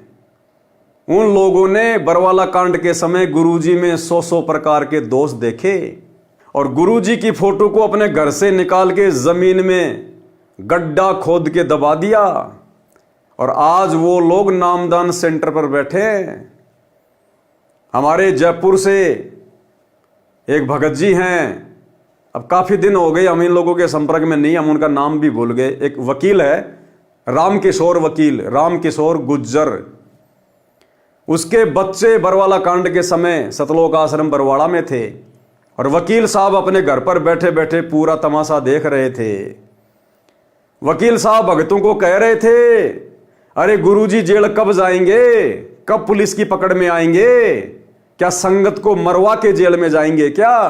क्योंकि वकील साहब को अपने बच्चों की चिंता हो रही थी और गुरुजी को भला बुरा कहने लगे, अब क्या संगत को मरवा के गुरुजी फिर आश्रम छोड़ के जाएंगे क्या? और एक बोरे में सारी फोटोएं पुस्तकें डाल के कुएं में डाल के आए, कुएं में। और आज वही रामकिशोर वकील जयपुर वाला हिसार में गुरुजी का मुकदमा लड़ रहा है।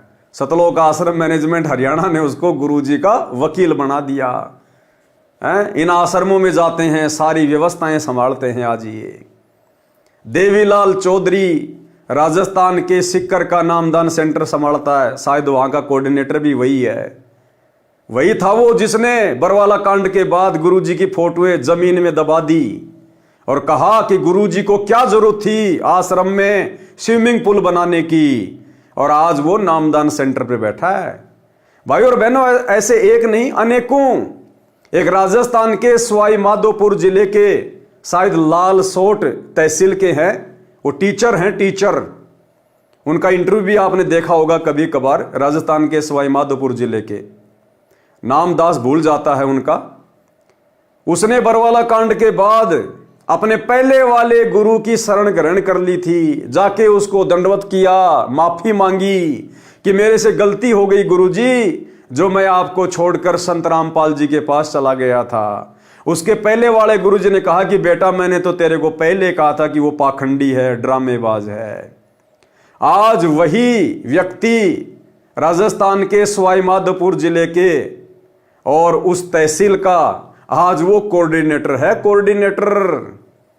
तो भाई और बहनों, ऐसे ऐसे महापुरुष आज इस संगत को सतलोक के दर्शन करवा रहे हैं। ये है सतलोक आश्रम मैनेजमेंट हरियाणा का हाल। ये तो मेरे आसपास के लोग हैं इसलिए मुझे जानकारी है।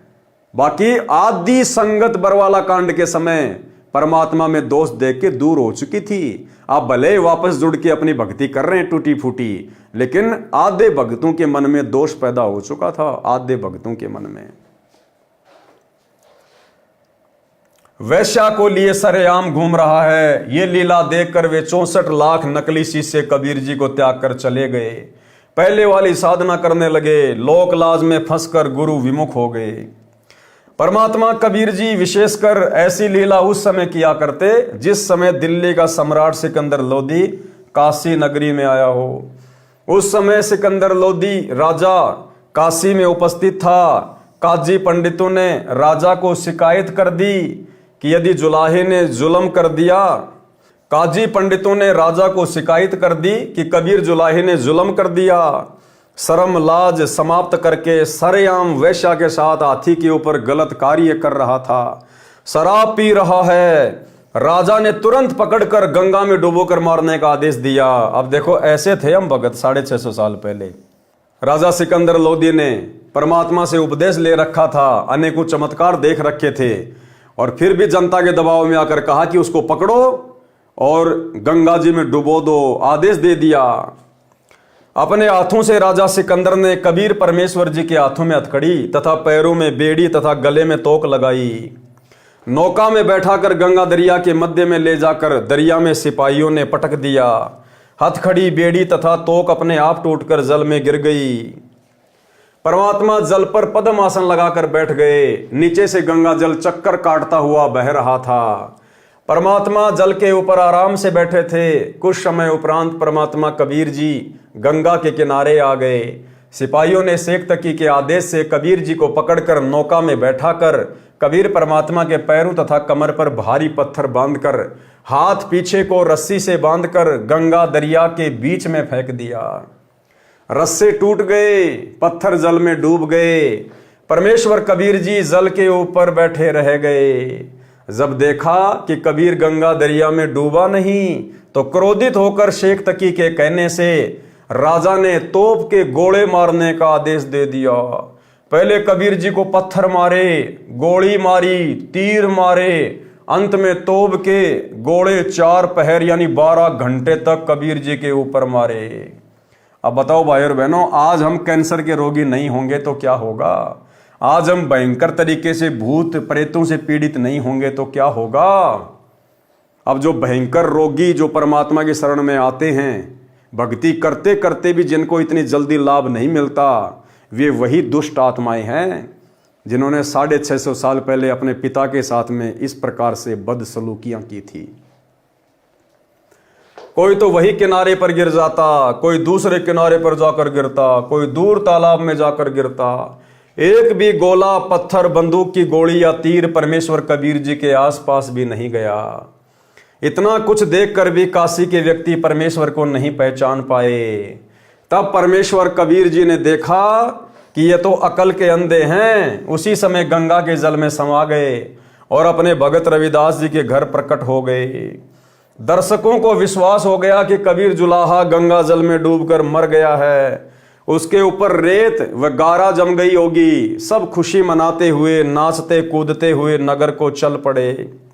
शेख तकी अपनी मंडली के साथ संत रविदास जी के घर ये बताने के लिए गया कि जिस कबीर जी को तुम परमात्मा कहते थे वह डूब गया है, मर गया है। संत रविदास जी के घर पर जाकर देखा तो कबीर जी एक तारा यानी वाद्य यंत्र लेकर बजा बजा कर शब्द गा रहे थे। शेख तकी की तो मासी मर गई। राजा सिकंदर के पास जाकर बताया कि वह आंखें बचाकर भाग गया है, रविदास के घर बैठा है। यह सुनकर बादशाह सिकंदर लोदी संत रविदास जी की कुटिया पर गया। परमात्मा कबीर जी वहां से अंतर्ध्यान होकर गंगा दरिया के बीच में जल के ऊपर समाधि लगाकर जैसे जमीन पर बैठते हैं ऐसे बैठ गए। रविदास जी से पूछा कि कबीर जी कहां पर हैं? संत रविदास जी ने कहा कि हे बादशाह जी, वे पूर्ण परमात्मा हैं, वे ही अलख अल्लाह हैं, आप इन्हें पहचानो। वे तो मर्जी के मालिक हैं, जहां चाहें चले जाएं। मुझे कुछ नहीं पता कहां चले गए, वे तो सबके साथ रहते हैं। उसी समय किसी ने बताया कि कबीर जी तो गंगा जी के बीच में बैठे भक्ति कर रहे हैं। सब व्यक्ति तथा राजा व सिपाही गंगा दरिया के किनारे फिर से गए। अब देखो ये राजाओं के काम है, ये बच्चों जैसी हरकतें बताओ राजा कर रहे हैं। गुरु भी धारण कर रखा है, कैसे कैसे चमत्कार देख लिए और फिर भी उनकी बुद्धि ठिकाने नहीं आई कि नालायकों, अगर कोई सामान्य व्यक्ति होता, कोई सामान्य संत होता तो इतने तीर मार लिए। 12 घंटे कम नहीं होते, हजारों सैनिक तीर मार रहे हैं। अरे किसी ने किसी का तो लगता, लाखों तीर बर्बाद कर दिए, एक का तो लगता। सैकड़ों हजारों तोप के गोले छोड़े गए, लोग पत्थरों से मार रहे हैं और परमात्मा का बाण भी बांका नहीं हुआ। फिर भी काल प्रेरणा इतनी भयंकर, उनकी बुद्धि में भी ये बात नहीं आई कि ये सामने क्या शक्ति है। उसी समय किसी ने बताया कि कबीर जी तो गंगा के बीच में बैठे भक्ति कर रहे हैं। सब व्यक्ति तथा राजा व सिपाही गंगा दरिया के किनारे फिर से गए। राजा ने नौका भेजकर मल्लाह के द्वारा संदेश भेजा कि बाहर आएं। मल्लाहों ने नौका कबीर जी के पास ले जाकर राजा का आदेश सुनाया कि आपको सिकंदर बादशाह याद कर रहे हैं, आप चलिए। परमेश्वर कबीर जी उस जहाज यानी बड़ी नौका में बैठकर किनारे पर आए।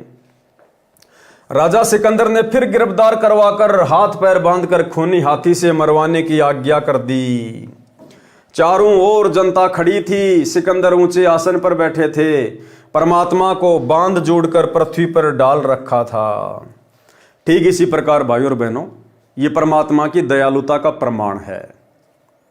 परमेश्वर ने राजा सिकंदर लोदी के असाध्य जलन के रोग को ठीक किया। परमात्मा चाहते तो उसका रोग वापस वैसा ही कर सकते थे। उसकी बुद्धि 2 मिनट में ठिकाने आ जाती, 2 मिनट में। लेकिन परमात्मा ऐसा नहीं करता। एक सत्संग में गुरुदेव ने कहा कि भाई परमात्मा ने जो लाभ तुम्हें दे दिए, जो सुख तुम्हें दे दिए, परमात्मा उन सुखों को वापस नहीं लेता। लेकिन भैया जैसे तुम्हारे कर्म जो तुम कर रहे हो, इनका फल तो फिर तुम्हें कभी न कभी किसी न किसी जन्म में भोगना पड़ेगा। तो इसी प्रकार भाई और बहनों, परमात्मा ने अपनी जिन जिन आत्माओं को शुरुआत में भक्ति मार्ग पर लगाने के लिए अपने कोटे से, अपनी तरफ से सौ सुख दिए, और वे आत्माएं गुरुदेव से जुड़ी रही, लेकिन ज्ञान को आधार बनाए नहीं, आगे चलकर बकवादे करने लग गए, मर्यादा तोड़ने लग गए। तो परमात्मा का विधान है, परमात्मा उनको वापस दुखी नहीं देख सकता, लेकिन भाई भक्ति नियम तोड़कर, मर्यादा तोड़कर, गुरु को परमात्मा ना मानकर यदि भक्ति में गफलत करेंगे तो भैया हो सकता है ये जीवन आपका बहुत अच्छा निकल जाए, आपको कोई दुख नहीं आए, कोई तकलीफ भी ना आए, लेकिन भैया आपने अपना जन्म बर्बाद कर लिया।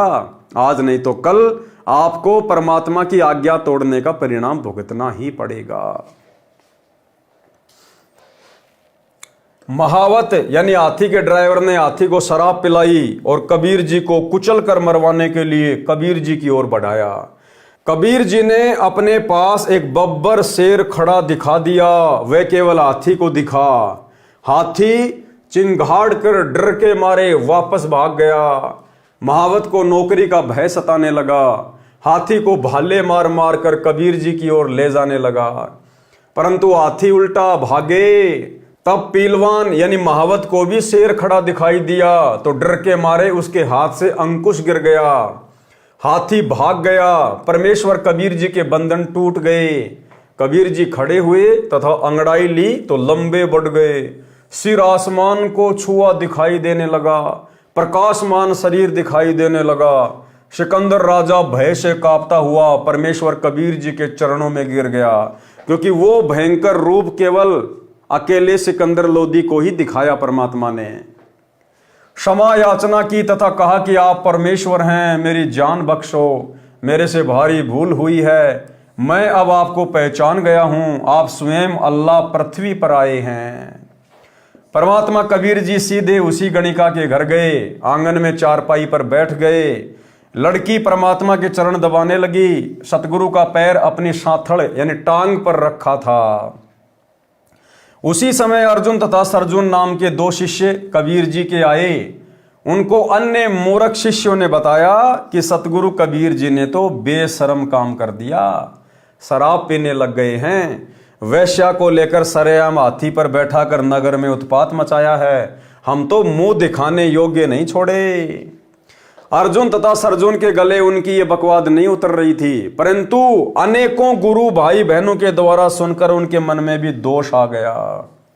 ये गलतियां भाई और बहनों वर्तमान में आप और हमने अपने अंदर नहीं होने देनी है।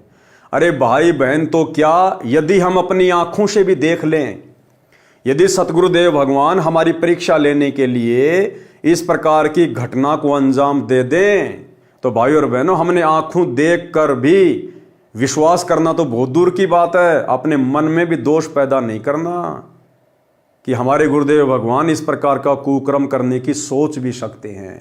ये शब्द स्वरूपी राम हैं, सभी आत्माओं के पिता हैं, सबके बाप हैं, हम सब इनके बेटा बेटी हैं। जो भी लीला परमेश्वर के द्वारा घटित की जाएगी वो हमारी परीक्षा के लिए होगी, परीक्षा के लिए। संत गरीबदास जी के सदग्रंथ के सरबंगी साक्षी के अंग में अर्जुन सरजुन के विषय में वाणी लिखी है, जो इस प्रकार है। सरबंग साक्षी के अंक की वाणी नंबर 112-115। गरीब सर्जन को सतगुरु मिले, मक्के मदीने माही, 64 लाख का मेल था, 2 बिन सब ही जाही। गरीब चंडाली के चौक में सतगुरु बैठे जाए, 64 लाख गारत गए, 2 रहे सतगुरु पाए। गरीब सुरजन अर्जुन ठाहरे, सतगुरु की प्रतीत, सतगुरु याना बैठियो, यो द्वारा है नीच। गरीब ऊंच नीच में हम रहे, हाड़ चाम की देह, अर्जुन सरजुन समझियो, रखियो शब्द सने।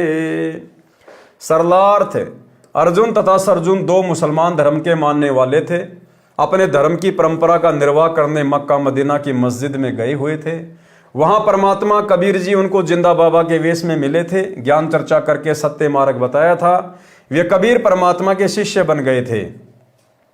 सतगुरु के आदेश अनुसार वे फिर भी मक्का मदीना या अन्य मुसलमान धर्म के धार्मिक कार्यक्रमों में जाकर भूलों को राह बताकर कबीर परमेश्वर जी से दीक्षा दिलाया करते थे। उस दिन वे बाहर से आए थे, जब सतगुरु कबीर जी को बदनाम वेश्या के घर देखा तथा लड़की की सांथड़ों पर पैर रखे आंखों देखा तथा गलती कर गए। बोले कि हे सतगुरु, आप यहां ना बैठो, ये तो नीच बदनाम औरत का घर है। अपने गुरुदेव भगवान को शिक्षा दे डाली। कबीर परमात्मा ने कहा कि हे अर्जुन तथा सरजुन, मैं ऊंच नीच में सब स्थानों पर रहता हूं। गरीब ऊंच नीच में हम रहें, हाड़ चाम की दे। अर्जुन सरजुन समझियो, रखियो शब्द स्नेह। मैं ऊंच नीच में सब स्थानों पर रहता हूं। ये तो हाड़ चाम का शरीर इस लड़की का है, मेरे लिए तो मिट्टी है। हे अर्जुन तथा सरजुन, समझो, आपको जो दीक्षा नाम जाप दे रखी है उसका जाप करो। पहले तो तुम परमात्मा कहते थे, आज मुझे शिक्षा दे रहे हो। तुम तो मेरे गुरु बन गए। मोक्ष तो शिष्य बने रहने से होता है। और ठीक इसी प्रकार की अनेकों शिक्षाएं सतगुरु रामपाल जी परमेश्वर जी को बरवाला कांड के समय उनके परिवार के द्वारा, कोऑर्डिनेटरों के द्वारा, आश्रम संचालकों के द्वारा दी गई थी बिना तोल। अब आपके मन में कबीर जी के प्रति दोष आ गया है। कल्याण असंभव है। दोनों परमात्मा के लिए घर त्याग कर बचपन से लगे थे। उनको एहसास हुआ कि बड़ी गलती बन गई, तुरंत चरणों में गिर गए। इस जन्म में मोक्ष की याचना की। परमात्मा ने कहा कि अब आपका कल्याण मेरे इस रूप से नहीं होगा। आपके मन में दोष आया है। उन्होंने चरण नहीं छोड़े, रो रो कर याचना करते रहे। तब आशीर्वाद दिया कि तुम्हारा सतगुरु दिल्ली से 30 मील पश्चिम में एक छोटे से गांव में मेरा भगत जन्मेगा। तब तक तुम इसी शरीर में जीवित रहोगे। मैं तुम्हें शौपन में सब मार्गदर्शन करता रहूंगा। मैं तुम्हें शौपन में सब मार्गदर्शन करता रहूंगा। आजकल वर्तमान में कबीर परमात्मा अपनी कुछ विशेष अच्छी आत्माओं को अपनी बाकी संगत तक संदेशा पहुंचाने के लिए निमित्त बना रहे हैं। परमात्मा शौपन के माध्यम से भी दर्शन देते हैं, साक्षात भी परमात्मा प्रकट होकर दर्शन देते हैं। जिस प्रकार जूली बहन को परमात्मा खुली आंखों से सब कुछ दिखाते हैं, तो भाई बहनों को अविश्वास नहीं होना चाहिए। यदि आपको उन संदेशों में कोई बात ऐसी लगती है जो ज्ञान आधार से मेल नहीं खाती है, केवल उन बातों को छोड़ दीजिए। बाकी बातों को जो ज्ञान आधार के अनुसार हैं उनको स्वीकार करना चाहिए। क्योंकि परमात्मा ने खुद कहा था अर्जुन सरजुन को कि जब मैं आ जाऊंगा उस समय तुम्हें शौपन के माध्यम से सूचित करूंगा। शौपन के माध्यम से मैं तुम्हें शौपन में सब मार्गदर्शन करता रहूंगा। उस मेरे भगत को मैं मिलूंगा, उससे दीक्षा अधिकार दूंगा, तुम उससे दीक्षा लेकर भक्ति करना। संत गरीबदास जी जब 10 वर्ष के हुए तब कबीर जी उनको मिले थे, सतलोक दिखाया, वापस छोड़ा। तब शौपन में अर्जुन सरजुन को बताया, गांव व नाम, पिता का नाम सब बताया। उस समय अर्जुन सरजुन हरियाणा प्रांत के गांव हुमायूंपुर में एक किसान के घर पर रहते थे। आयु लगभग 225 वर्ष की थी। दोनों को एक जैसा शौपन आया। सुबह एक दूसरे को बताया। किसान सेवक से पूछा कि यहाँ कोई छुड़ानी गांव है? किसान ने बताया कि है। उन्होंने कहा कि आपने इतनी सेवा की है, आपका एहसान कभी नहीं भूल पाएंगे। अर्जुन सरजुन ने उस सेवक से क्या कहा कि आपने हमारी इतनी सेवा की है, आपका एहसान कभी नहीं भूल पाएंगे। इस प्रकार के शब्द वर्तमान में आप और हम भगत भाई बहनों ने अपने मुख से नहीं निकालने हैं। चाहे कोई आपका कितना ही भला कर दे, कितनी मदद कर दे, आपने अपनी जुबान से उसके लिए ये शब्द नहीं निकालने कि मैं इस जन्म में आपका एहसान नहीं भूल पाऊंगा या मैं कभी भी आपका एहसान नहीं भूल पाऊंगा। अरे भैया, फिर सतलोक कैसे जाओगे? यहां तो सारे एहसान बुलाकर, सारे ऋण वगैरह मिटाकर ही तो सतलोक जाएंगे। तो इस प्रकार के शब्द किसी को बोलकर हमने यहां पर बंधन में बंधना नहीं है। ये सारे एहसान परमात्मा की भक्ति से ऑटोमेटिक कट जाएंगे। हमने अपनी जुबान से नहीं कहना कि मैं आपका ऋण नहीं उतार पाऊंगा, मैं आपका एहसान मंद रहूंगा आजीवन। अरे अगर एहसान मंद रहेगा तो भैया फिर तू सतलोक कैसे जाएगा? जब तू एहसान से फ्री नहीं होगा तो सतलोक कैसे जाएगा? तो तो हमने इस प्रकार के शब्दों का प्रयोग नहीं करना जो हमें यहीं पर काल के जाल में बांध कर रखें। हम जो भक्ति कर रहे हैं भाई और बहनों, इस भक्ति से परमात्मा सबका ऋण उतरवा देगा, किसी का कोई एहसान हमारे ऊपर नहीं रहेगा। इसलिए हमने ऐसे शब्दों का प्रयोग काल प्रेरणा से नहीं करना है। आपका एहसान कभी नहीं भूल पाएंगे, कृपया करके हमें छुडानी गांव तक पहुंचा दो। किसान ने रेडू छोटी बैलगाड़ी में बैठाए तथा छुडानी ले गया। संत गरीबदास जी ने कहा कि आओ अर्जुन सरजुन, मेरे को परमात्मा कबीर जी ने सब बता दिया है। गरीबदास जी के रूप में खुद ही कबीर परमात्मा थे, क्योंकि भाई और बहनों, आपने गुरुदेव के मुख कमल से एक शब्द सुना है कि सत कबीर दवारे थारे पर एक दास भिखारी आया है। इसमें एक जगह परमात्मा ने अर्जुन सरजुन का जिक्र किया है कि अर्जुन सरजुन ने पहचान लिया, छूडानी में दर्शन आन किया। एक बार आप जी ये छोटा सा शब्द सुन लीजिए। अर्जुन सरजुन ने पिछान लिए, छूडानी में दर्शन आन किए। अर्जुन सरजुन ने पहचान लिया, छूडानी में दर्शन आन किए। ए रानी नंदन हमने जान लिए, बल राम पिता जनाया है। भक्ति की भिक्षा दे, मीद कटोरा लाया है। सत कबीर दवारे, तेरे पे एक दास भिखारी आया है। तो भाई और बहनों, अर्जुन सरजुन के विषय में गुरुदेव ने क्या लिखा? अर्जुन सरजुन ने पहचान लिया और छुडानी में दर्शन आन किया। अब किसको पहचान लिया अर्जुन सरजुन ने? भाई गरीबदास जी थे, वो कभी मिले ही नहीं थे। किसको पहचाना गरीबदास जी को देखते ही? अपने गुरु जी को, कबीर जी को। क्योंकि अर्जुन सरजुन के गुरु कौन थे? कबीर जी। और अर्जुन सरजुन जब छुडानी में गए, गरीबदास जी को देखा तो तुरंत पहचान गए। परमात्मा ने अपना वही स्वरूप दिखा दिया।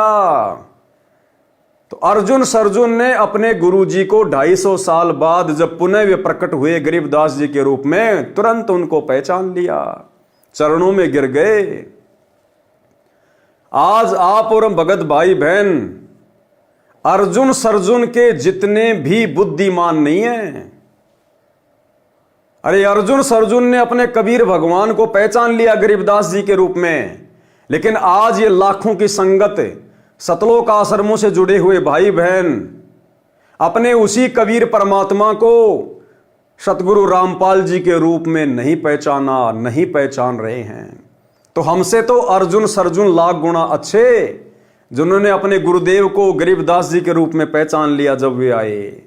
लेकिन आज हम उसी कबीर परमात्मा को, जो हमारे गुरुदेव के रूप में सतगुरु रामपाल जी के रूप में धरती पर आए हुए हैं, प्रकट हैं, हम उनको नहीं पहचान पा रहे। तो भाई और बहनों, साध संगति से जुड़े हुए भाई बहनों का सौभाग्य, जिन्होंने अपने कबीर परमात्मा को वर्तमान में पुनः पहचान लिया है और पहचान कर उस नकली दाढ़ी मूंछ वाली कबीर जी की बनाई हुई फोटो को अपने घर से बाहर निकाल दिया है। संत गरीबदास जी ने कहा कि आओ अर्जुन सरजुन, मेरे को परमात्मा कबीर जी ने सब बता दिया है, दीक्षा लो, यहीं रहो, भक्ति करो। उन दोनों ने दीक्षा ली और भक्ति की, वहां शरीर छोड़ दिया। दोनों के शरीर जमीन में दबाकर मंडी बनाई गई, जो सन 1940 में भूरी वाले संत ने फुड़वा दी। सन 1940 में किसने फुड़वा दी? भूरी वाले संत ने। गरीबदास परंपरा से एक संत हुए हैं, उन्होंने उसको फुड़वा दी। क्यों? कहा कि यहां पर केवल एक यादगार सतगुरु गरीबदास जी की ही रहेगी। यदि ये दोनों भी रहेंगी तो भगत इनकी भी पूजा प्रारंभ कर देंगे, जो गलत हो जाएगा। शिष्य की पूजा नहीं की जाती। इसलिए हम सत्सेवक भाई बहनों ने ज्ञान को आधार बनाकर अपने गुरुदेव के अलावा सभी फोटोओं को फाड़ दिया, अपने घर से बाहर निकाल दिया। क्योंकि भक्ति मार्ग में केवल गुरु की पूजा होती है, शिष्यों की पूजा नहीं होती। अरे आदरणीय रामदेवानंद जी, जिनको हम दादा गुरु जी कहते हैं, असल में वो कौन थे? हमारे गुरुदेव के शिष्य थे। सतगुरु रामपाल जी ने केवल उनको अपना मुंह बोला गुरु धारण किया हुआ था, जैसे 650 साल पहले पंडित रामानंद जी को किया था। तो हमारे दादा गुरु जी हमारे गुरुदेव के गुरु नहीं थे, हमारे गुरुदेव के शिष्य थे। गुरु तो केवल सांसारिक दृष्टि में बने हुए थे। तो भैया भक्ति मार्ग में शिष्य की पूजा नहीं होती, परमात्मा की पूजा होती है। और परमात्मा है सतगुरु रामपाल जी, पंडित चिदानंद जी, वो भी एक जीव आप और हमारी तरह। शिष्य की पूजा नहीं होती। गरीबदास जी उन्होंने एक शिष्य की भूमिका निभाई, शिष्य की पूजा नहीं होती। और दाढ़ी मूछ वाले कबीर जी की तो फोटो वैसे ही नकली है, और अगर असली भी है तो भी हमने नहीं पूजनी, क्योंकि वही कबीर जी आज हमारे गुरु जी के रूप में आ गए। तो उस फोटो को पूज के हमें क्या मिलेगा? जो जिंदा धरती पे प्रकट है, सीधा उन्हीं को ना पूजेंगे। इसलिए हम सत्सेवक भाई बहनों ने सभी फोटोओं को अपने घर से बाहर कर दिया। जिस प्रकार सन 1940 में भूरी वाले संत ने अर्जुन सर्जुन की मंडी को फुड़वा दिया और क्या कहा कि केवल एक सतगुरु की पूजा होनी चाहिए, शिष्य की पूजा नहीं होनी चाहिए। कहा कि यहां पर केवल एक यादगार सतगुरु गरीबदास जी की रहेगी, यदि ये दोनों भी रहेगी तो भगत इनकी पूजा प्रारंभ कर देंगे। और आज सतगुरु रामपाल जी के 90% भगत जो सतलोक आश्रमों से जुड़े हुए हैं, वो भगतों की भी पूजा कर रहे हैं। दादा गुरु जी कौन? एक भगत था। पंडित चिदानंद जी कौन? एक भगत था। गरीबदास जी कौन? एक भगत की भूमिका थी। तो आज 90% संगत जो इन आश्रमों से जुड़ी हुई है, तत्व ज्ञान के अभाव में, साध संगति के अभाव में शिष्यों की पूजा कर रही है, शिष्यों की पूजा। अब आप लोगों को धीरे धीरे समझ में आएगा कि ये सारी की सारी प्रेरणा इन फोटोओं को अपने घरों से हटाने की, एकमात्र अपने गुरुदेव को दंडवत करना, अपने गुरुदेव का ही जयकारा लगाना, लॉकेट में भी केवल अपने गुरुजी की फोटो डाल के पहनना, ये सारी प्रेरणा हिसार जेल में बैठे बैठे सतगुरु रामपाल जी भगवान ही हम सत्सेवकों को करते हैं। और उन्हीं के अनुसार हम आगे की भक्ति यात्रा कर रहे हैं। बाकी संगत तो अभी बहुत दूर है, भक्ति मार्ग से बहुत दूर है। बाकी संगत पतिव्रता पद की भक्ति नहीं कर रही है। काशी नगर में भोजन भंडारा लंगर देना। तो भाई और बहनों, आज की वीडियो में हम केवल इतना ही लेंगे। कल रात्रि 8 बजे सभी भाई बहन फिर से लाइव जुड़िए, एक नए वीडियो के साथ में, एक नई शिक्षा के साथ में। तब तक गुरुदेव भगवान हम सबको आज्ञा दे, इजाजत दे, आशीर्वाद दे।